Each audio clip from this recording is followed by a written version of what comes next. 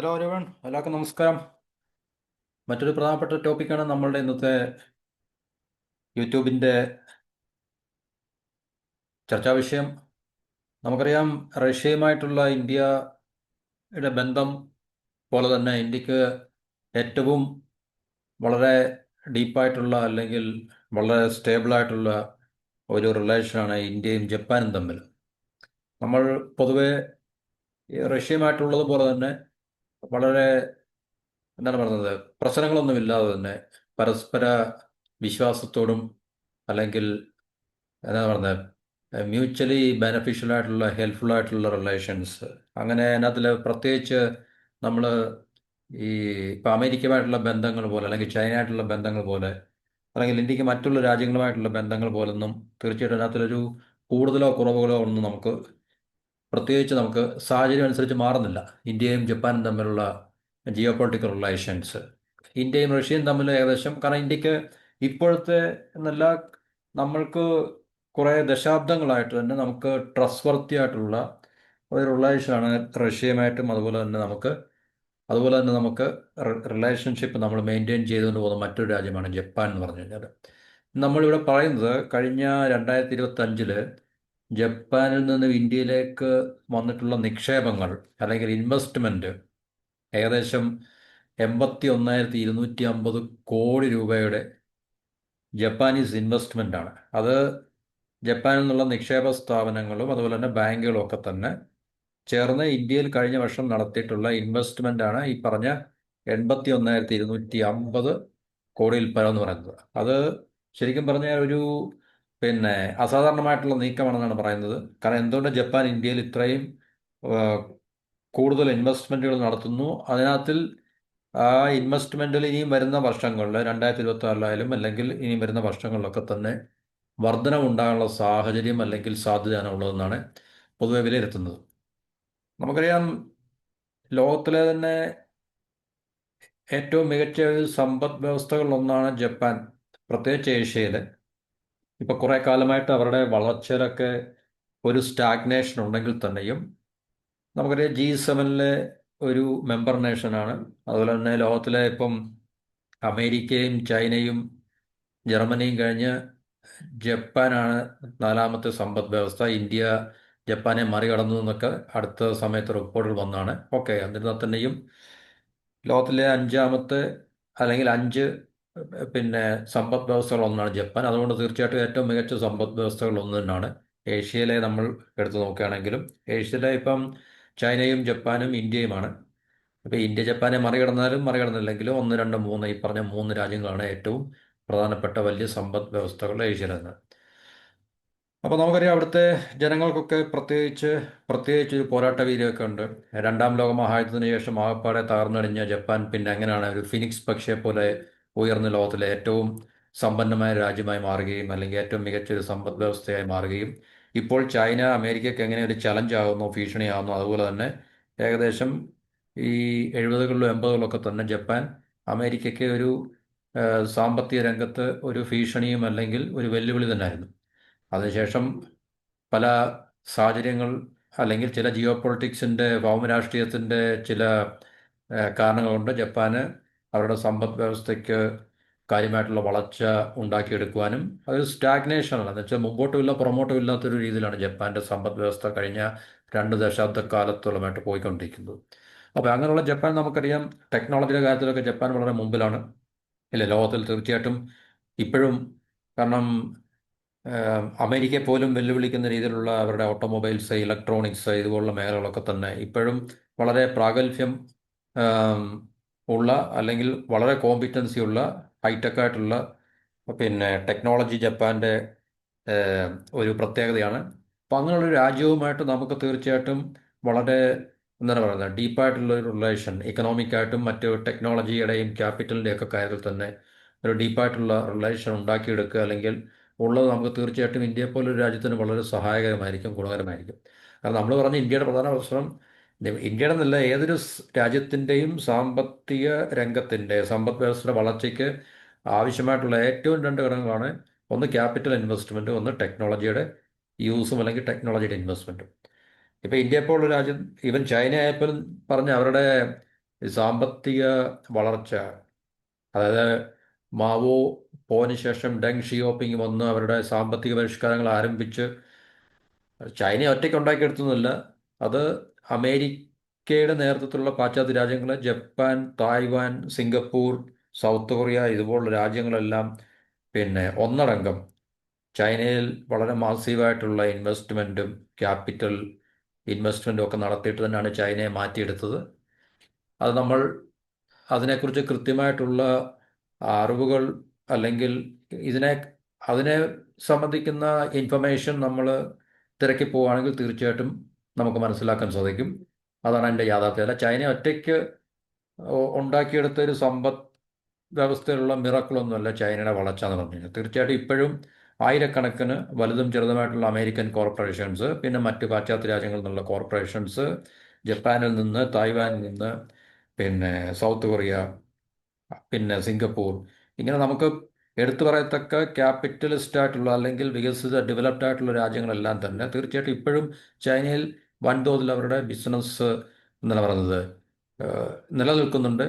അത് തുടക്കം മുതലേ ഈ പറഞ്ഞ രാജ്യങ്ങളൊക്കെ തന്നെ വൻതോതിൽ ചൈനയിൽ ക്യാപിറ്റലും ടെക്നോളജിയും ഒക്കെ തന്നെ ചൈനയ്ക്ക് കൊടുത്ത് ചൈനയെ, കാരണം ഇത്രയും മാസീവായിട്ടുള്ള അവിടുത്തെ ഈ ചീപ്പ് ലേബറിനെ എക്സ്പ്ലോയിറ്റ് ചെയ്യുക എന്നുള്ള ഒറ്റ ഒരു, അല്ലെങ്കിൽ ചീപ്പ് ലേബർ അവിടെ എക്സിസ്റ്റ് ചെയ്യുന്നുണ്ട് എന്നുള്ള ഒറ്റ കാരണം കൊണ്ട് തന്നെ അത് ലോക കോർപ്പറേറ്റ് ബിസിനസ്സുകാർക്ക് തീർച്ചയായിട്ടും കൂടുതൽ ലാഭങ്ങൾ, വൻ ലാഭങ്ങൾ ഉണ്ടാക്കാൻ കഴിയുന്നൊരു സാഹചര്യമായിരുന്നത് കൊണ്ട് തീർച്ചയായിട്ടും അതിനെ ഉപയോഗപ്പെടുത്താൻ വേണ്ടിയാണ് ആണ് ഈ പറഞ്ഞ ഗ്ലോബൽ കോർപ്പറേഷൻസ്, അമേരിക്ക ഉൾപ്പെടെയുള്ള രാജ്യങ്ങളിൽ നിന്നുള്ള ഗ്ലോബൽ കോർപ്പറേഷൻസ് അവരുടെ, പ്രത്യേകിച്ച് അമേരിക്കയിൽ നിന്നൊക്കെ അവരുടെ മാനുഫാക്ചറിങ്ങും അല്ലെങ്കിൽ പ്രൊഡക്ഷനും ഒക്കെ തന്നെ റീപ്ലാന്റ് ചെയ്ത് അല്ലെങ്കിൽ റീ എക്സ്പോർട്ട് ചെയ്ത് ചൈനയിലേക്ക് കൊണ്ടുവരികയും പിന്നെ ചൈനയ്ക്കത് കൂടുതൽ സാമ്പത്തിക രംഗത്തും സമ്പദ് മേഖലയിലൊക്കെ തന്നെ കൂടുതൽ മെച്ചമുണ്ടാക്കി ഇന്ന് ലോകത്ത് രണ്ടാമത്തെ ഒരു സാമ്പത്തിക ശക്തിയായിട്ട് ചൈന വളർന്നതിൻ്റെ പിന്നിലെ ഒരു സിമ്പിളായിട്ടുള്ള റീസൺ അല്ലെങ്കിൽ ഹിസ്റ്ററി അതാണ്. അപ്പോൾ അതുപോലെ തന്നെ ഇപ്പോൾ ഇന്ത്യ ആയാലും ശരി, നമുക്ക് തീർച്ചയായിട്ടും ഈ പറഞ്ഞ രാജ്യത്തെ മാറ്റങ്ങളൊക്കെ തന്നെ, അത് ഇന്ത്യ ഇത്രയും സമ്പദ് വ്യവസ്ഥയിൽ ഈ പറഞ്ഞ GDP-യുടെ വളർച്ചയൊക്കെ തന്നെ തീർച്ചയായിട്ടും ഈ പറഞ്ഞ രാജ്യങ്ങളുടെയൊക്കെ തന്നെ വിദേശ രാജ്യങ്ങൾ എന്ന് പറഞ്ഞാൽ അമേരിക്കയുടെ നേതൃത്വത്തിലുള്ള, അമേരിക്ക ഉൾപ്പെടെയുള്ള രാജ്യങ്ങളിൽ നിന്നുള്ള മൾട്ടിനാഷണൽ കോർപ്പറേഷൻസ് അല്ലെങ്കിൽ ട്രാൻസ്നാഷണൽ കോർപ്പറേഷൻസിൻ്റെ ഒക്കെ ഇൻവെസ്റ്റ്മെൻറ്റ് കൊണ്ടും അവർ കൊണ്ടുവരുന്ന ടെക്നോളജി കൊണ്ടൊക്കെ തന്നെയാണ് തീർച്ചയായിട്ടും വളർച്ച സാധിക്കുന്നത് എന്നുള്ളത് ഒരു യാഥാർത്ഥ്യമാണ്. നമ്മൾ ഇന്ന് നിലനിൽക്കുന്ന ഇപ്പോഴുള്ള ജിയോ പൊളിറ്റിക്കൽ അല്ലെങ്കിൽ ജിയോ ഇക്കണോമിക് ഒരു സെനോറിയൽ അല്ലെങ്കിൽ സ്ട്രക്ചറിൽ അങ്ങനെ സാധ്യമാകത്തുള്ളൂ. അത് ഏത് രാജ്യം അങ്ങനെയാണ്. ഇപ്പോൾ സൗത്ത് കൊറിയ മാറിയതും അങ്ങനെയാണ്, തായ്വാനിൽ ഇത്രയും മാറ്റങ്ങൾ ഉണ്ടായത് അങ്ങനെയാണ്. പിന്നെ ഇപ്പം നമുക്കറിയാം മിഡിൽ ഈസ്റ്റ് രാജ്യങ്ങളെല്ലാം തന്നെ ഇത്രയും അഡ്വാൻസ്ഡ് ആയതും അല്ലെങ്കിൽ അഡ്വാൻസ് ആകുന്നതും ഡെവലപ്ഡ് ആകുന്നതും ഒക്കെ തന്നെ തീർച്ചയായിട്ടും ഈ പറഞ്ഞ രാജ്യങ്ങളിലെയൊക്കെ ടെക്നോളജി, ക്യാപിറ്റൽ, അവരുടെ management, leadership system, philosophy, principle ഇതൊക്കെ തന്നെ യൂട്ടിലൈസ് ചെയ്താണ്, ഉപയോഗിച്ചുകൊണ്ട് തന്നെയാണ് എന്നുള്ള കാര്യത്തിൽ സംശയങ്ങളൊന്നുമില്ല. അങ്ങനെ ലോകം മാറിയിട്ടുള്ളൂ. പ്രത്യേകിച്ച് നമ്മൾ രണ്ടാം ലോക മഹായുദ്ധത്തിന് ശേഷമുള്ളൊരു പിന്നെ ലോകക്രമത്തിലെ കാര്യമാണ് പറയുന്നത്. ഇപ്പോഴും അങ്ങനെ തന്നെയാണ് കാര്യങ്ങളുടെ ഒരു നിജസ്ഥിതി. അപ്പോൾ അതുകൊണ്ട് തീർച്ചയായിട്ടും ഇന്ത്യയെ പോലുള്ള രാജ്യത്തിനും അതുപോലുള്ള മാറ്റങ്ങൾ മാത്രമേ നമുക്ക്, അല്ലെങ്കിൽ അതുപോലുള്ള ഒരു സാഹചര്യത്തിൽ കൂടെ മാത്രമേ നമുക്ക് യാത്ര ചെയ്ത് മുമ്പോട്ട് പോകാൻ സാധിക്കത്തുള്ളൂ. അപ്പോൾ സമ്പദ് വ്യവസ്ഥയിലെ മാറ്റങ്ങളും അല്ലെങ്കിൽ സമ്പദ് വ്യവസ്ഥയുടെ വളർച്ചയൊക്കെ തന്നെ തീർച്ചയായിട്ടും ഇതുപോലുള്ള രാജ്യങ്ങളുടെ സഹായത്തോടുകൂടി മാത്രമേ നമുക്ക് മാറ്റിയെടുക്കാൻ സാധിക്കത്തുള്ളൂ എന്നാണ് പറഞ്ഞതിൻ്റെ രത്നച്ചുരുക്കം. ജപ്പാനെ ഏറ്റവും കൂടുതൽ ഇപ്പോൾ ബുദ്ധിമുട്ടിക്കുന്ന ഒരു കാര്യം എന്ന് പറഞ്ഞു കഴിഞ്ഞാൽ അവരുടെ ജനസംഖ്യ ിലുള്ള പ്രതിസന്ധിയുണ്ട്. എന്ന് പറഞ്ഞാൽ അവരുടെ പോപ്പുലേഷൻ വളരെ ഏജ് ആയിക്കൊണ്ടിരിക്കുകയാണ്. എന്നുവെച്ചാൽ കൂടുതൽ പ്രായമായിട്ടുള്ള ആൾക്കാരുടെ എണ്ണം കൂടിക്കൊണ്ട് വരികയാണ്.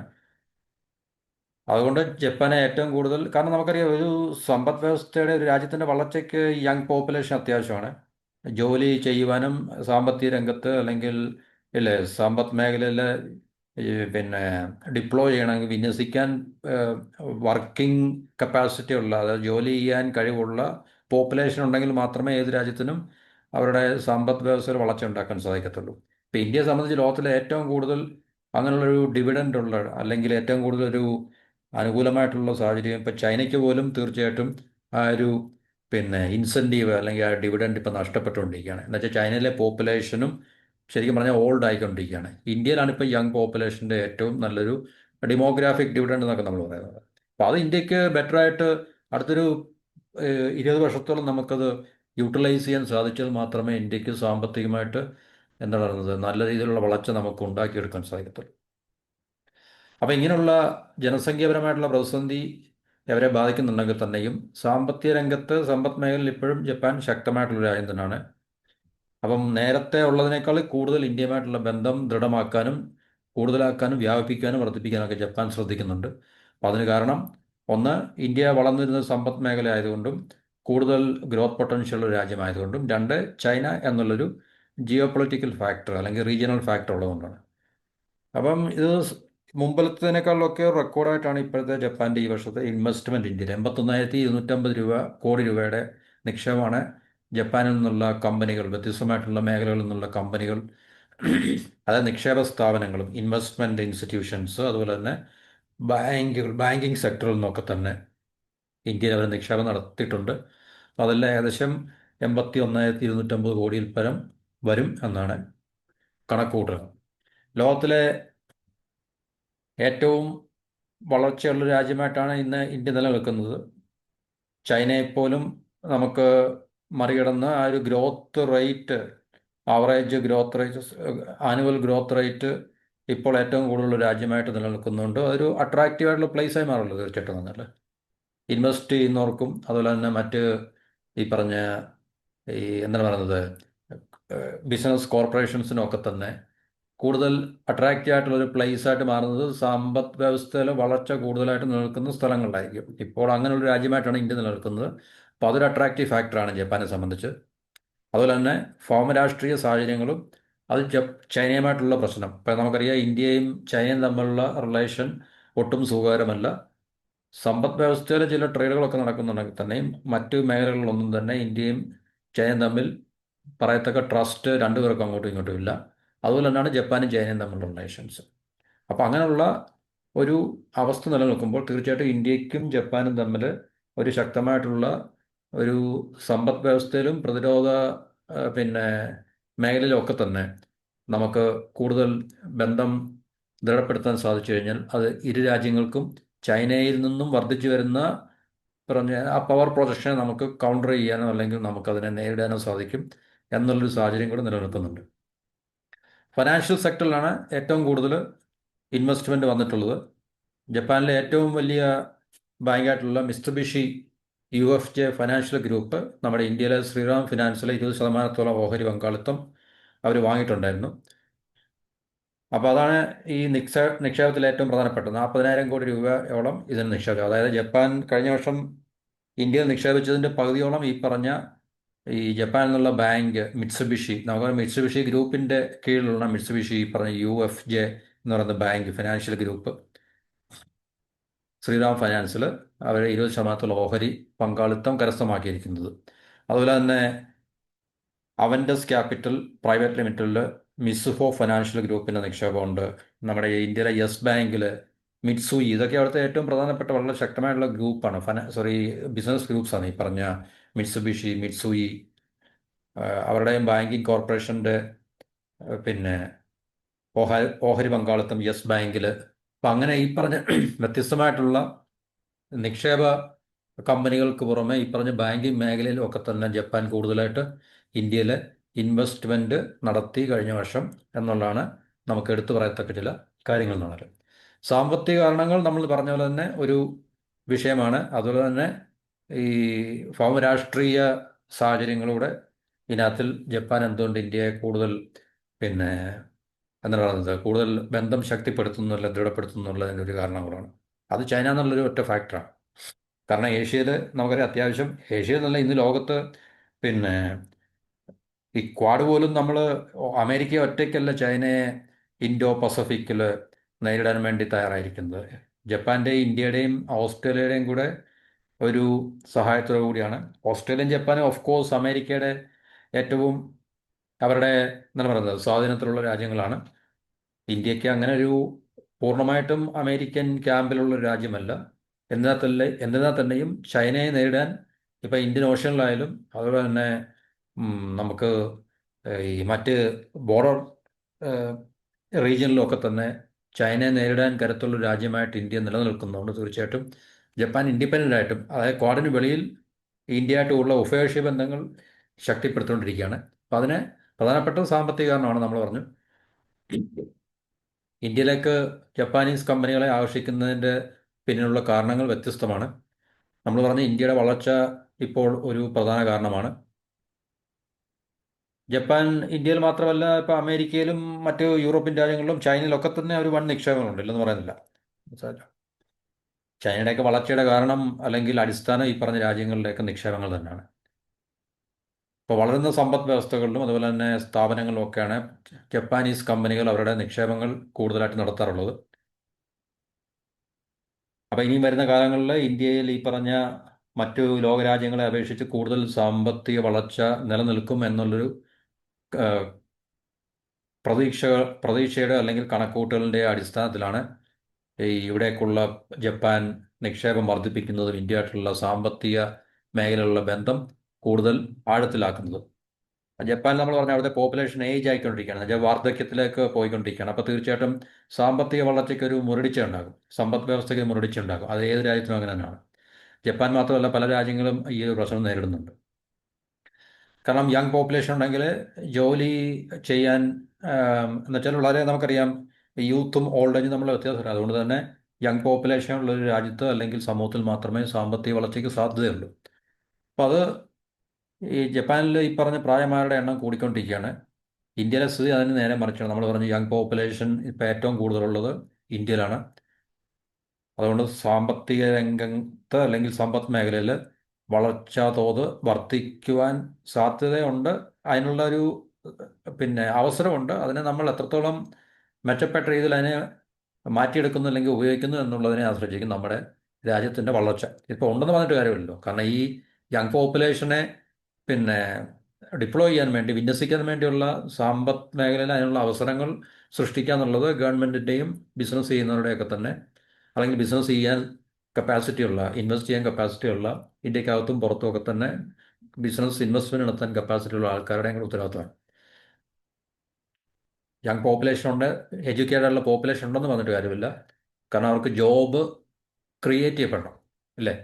ജോലി ചെയ്യാനുള്ള അവസരങ്ങൾ സൃഷ്ടിക്കപ്പെടണം. അതിന് ഗവൺമെൻറ്റും തീർച്ചയായിട്ടും ഈ പറഞ്ഞ ഇൻഡസ്ട്രിയൽ സെക്ടർ അല്ലെങ്കിൽ ബിസിനസ് സെക്ടറും അതിന് കാര്യമായിട്ടുള്ള, എന്താ പറയുക, പ്രൊവാക്റ്റീവായിട്ടുള്ള ഒരു നിലപാടുകൾ എടുത്താൽ മാത്രമേ അതിന് ഒരു സാധ്യത ആയിട്ടത് മാറത്തുള്ളൂ.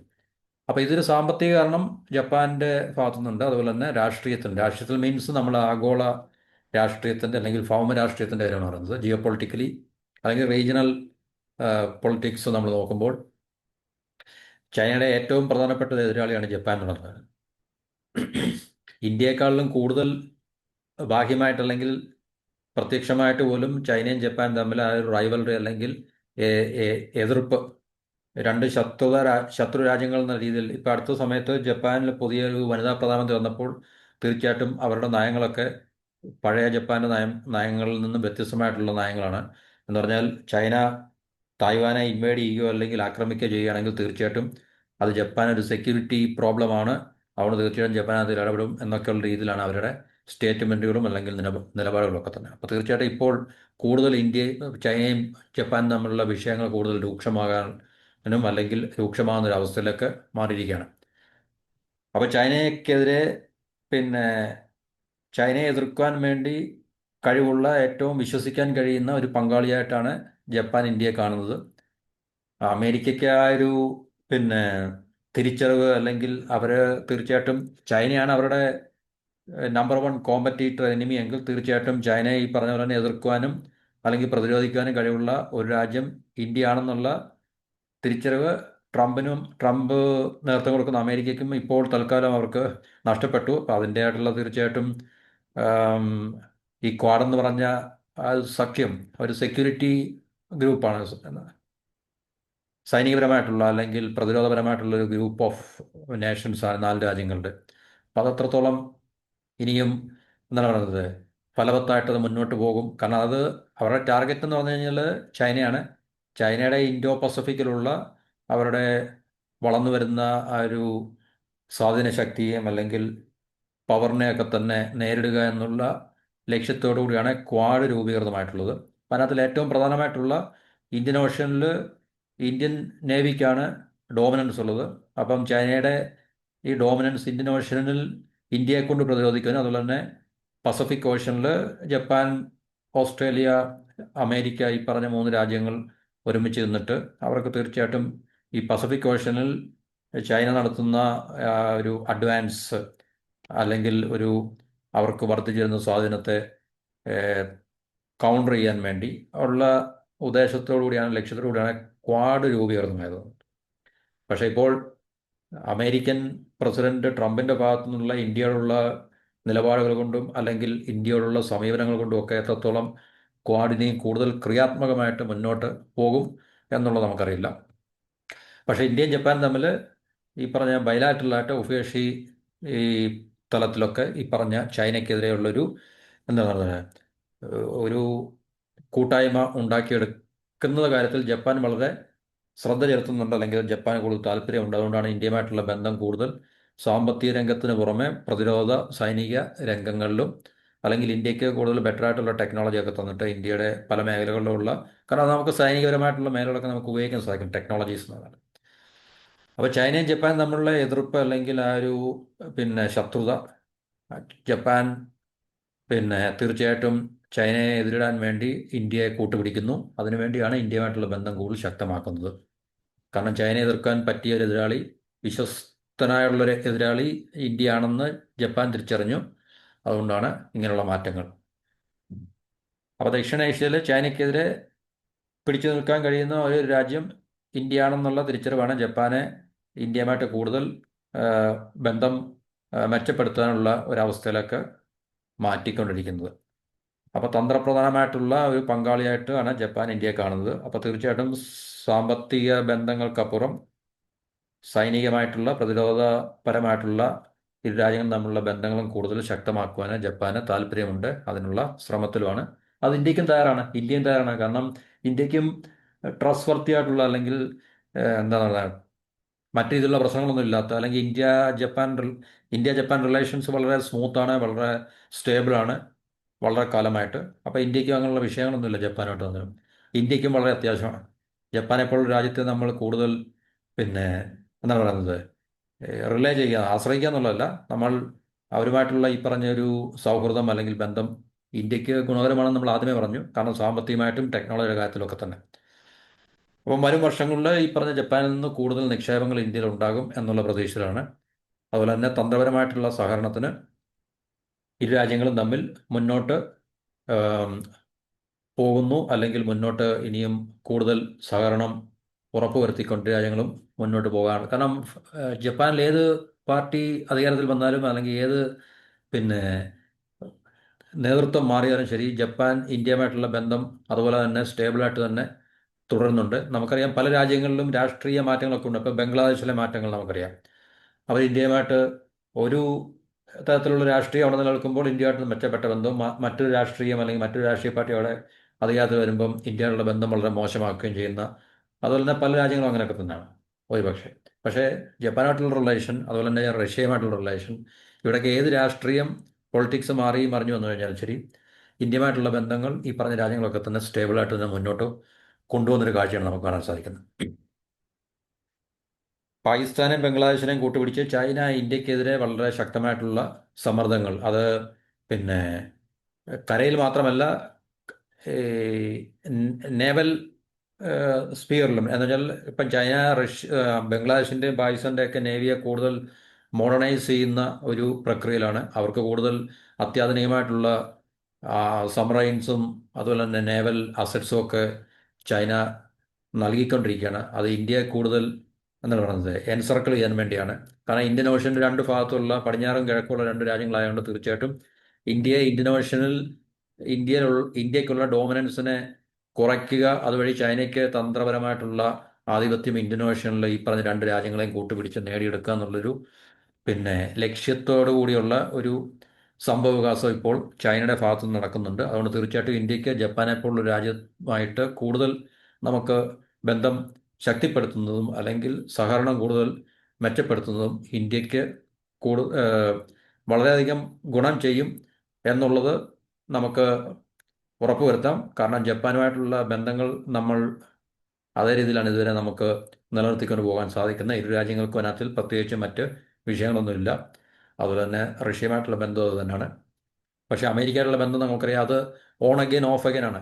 എപ്പോഴാണ് അവരുടെ സ്വഭാവം മാറുന്നത് അല്ലെങ്കിൽ അവരുടെ ആറ്റിറ്റ്യൂഡ് മാറുന്നത് നമുക്ക് പറയാൻ പറ്റത്തില്ല. അതുതന്നെയല്ല, ഇപ്പം അവർ മെച്ചപ്പെട്ട ബന്ധം നമ്മളുമായിട്ട് നിലനിൽക്കുമ്പോൾ തന്നെയും നമ്മളെ പല രീതിയിലും തളർത്തുവാനും അല്ലെങ്കിൽ നമ്മളെ എന്താണ് പറയുന്നത്, നമ്മുടെ വളർച്ചയ്ക്ക് അനുകൂലമല്ലാത്ത ആം, നയങ്ങളും അല്ലെങ്കിൽ ഹിഡൻ ആയിട്ടുള്ള സീക്രട്ടീവായിട്ടുള്ള അവരുടെ പല പരിപാടികളൊക്കെ തന്നെ എപ്പോഴും അവർ നിലനിർത്തിക്കൊണ്ട് തന്നെയാണ് ഇന്ത്യ ആയിട്ടുള്ള ബന്ധങ്ങൾ ഈ പറഞ്ഞ സൂപ്പർഫിഷ്യലി ഉപരിപ്ലവമായിട്ടെങ്കിലും മെച്ചപ്പെട്ട രീതിയിൽ അവർ കൊണ്ടുപോകുന്നത്. പക്ഷേ ഈ പറഞ്ഞ ജപ്പാൻ അല്ലെങ്കിൽ റഷ്യ ഉള്ള രാജ്യങ്ങൾ അതുപോലല്ല. അതുകൊണ്ട് നമുക്ക് തീർച്ചയായിട്ടും ജപ്പാനായിട്ടുള്ള ബന്ധം വളരെ ഗുണകരമായിരിക്കും. കൂടുതൽ മെച്ചപ്പെട്ട സൗഹൃദവും കൂടുതൽ മെച്ചപ്പെട്ട ബന്ധവും ഈ ജപ്പാനെ പോലുള്ള രാജ്യങ്ങളുമായിട്ട് നമുക്ക് ഉണ്ടാക്കിയെടുക്കാം എന്നുള്ളതാണ് ഇന്ത്യയെ സംബന്ധിച്ചും. കാരണം ജപ്പാന് നമ്മളെ ഇന്ത്യയെ സഹായിക്കാൻ സാധിക്കും ഈ പറഞ്ഞ രണ്ട് കാര്യങ്ങളിലും: ക്യാപിറ്റൽ, ടെക്നോളജി. ഈ രണ്ട് കാര്യങ്ങളുള്ള രാജ്യമായതുകൊണ്ട് തീർച്ചയായിട്ടും ജപ്പാനായിട്ടുള്ള ബന്ധം നമുക്ക് കൂടുതൽ ഗുണകരമാകും എന്നുള്ള പ്രതീക്ഷയിൽ നമുക്ക് ഈ ടോപ്പിക്ക് ഇവിടെ അവസാനിപ്പിക്കാം. അടുത്ത ടോപ്പിക്കുമായിട്ട് അടുത്ത വീഡിയോയിൽ എല്ലാവർക്കും ഒരിക്കൽ കൂടി നന്ദി, നമസ്കാരം.